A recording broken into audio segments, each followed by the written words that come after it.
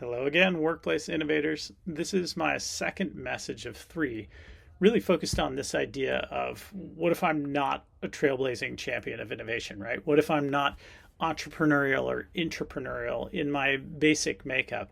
This is a sneak peek of a session that we'll get to do down at Claire's Engage conference at Apple's headquarters in Austin, Texas.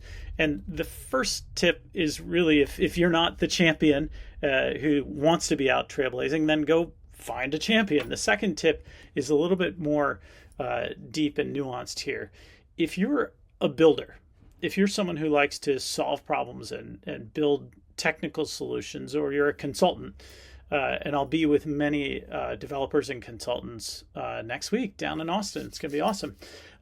Consider, in addition to finding the champion, and you like to build solutions, build the process, right? So don't just build the solution for this first go around of the next thing that you're going to do within your corporation or within your clients' corporations, but really focus also on building the process. I know it takes time and it can also feel perhaps a little boring.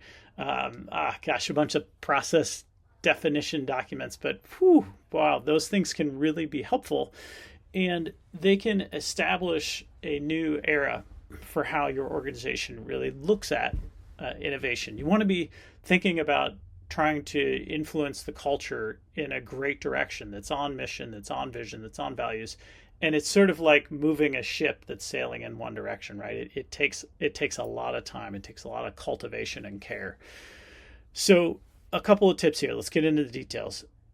If you've got this new initiative, ideally, you're probably going to get started with this a little bit and building the case and rallying people, but you also want to get this moment of clear approval, getting that buy-in and getting that sign off and knowing that it's written up.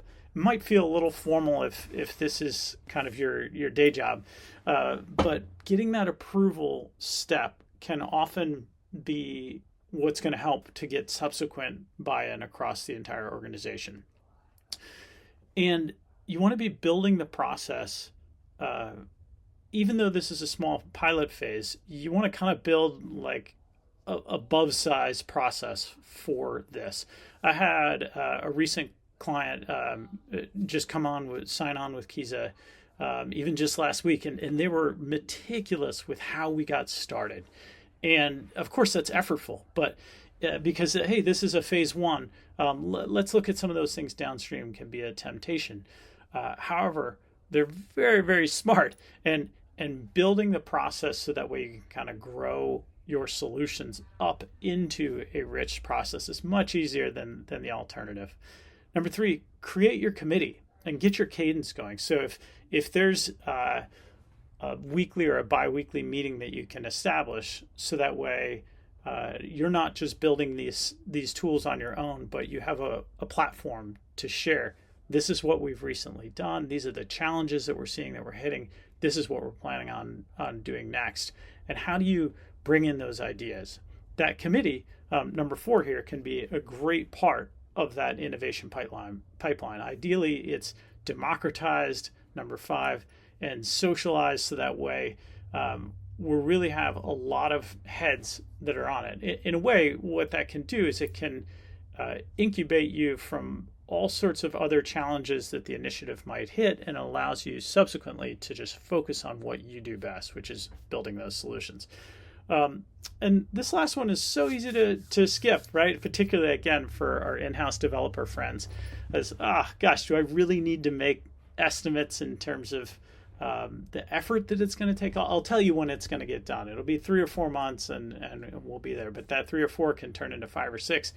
And leadership might want to know why. You might also want to know why. So if you can get as detailed as you can with breaking down estimates, even for internal work, those sorts of building blocks of building the process are going to ensure that you are not only building a solution now, but you're also, again, migrating slowly as it might be the culture in the right direction to be able to do workplace innovation at scale. That's what I have. Thanks so much.